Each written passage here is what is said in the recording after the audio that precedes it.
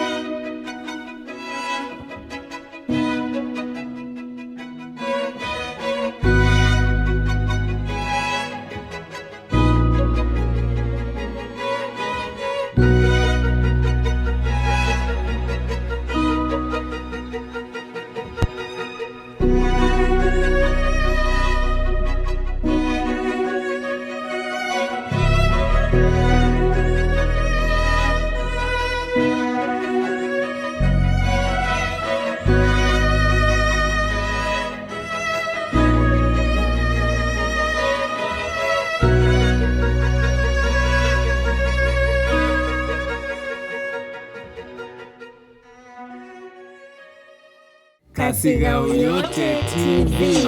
Hii ni ya mzee.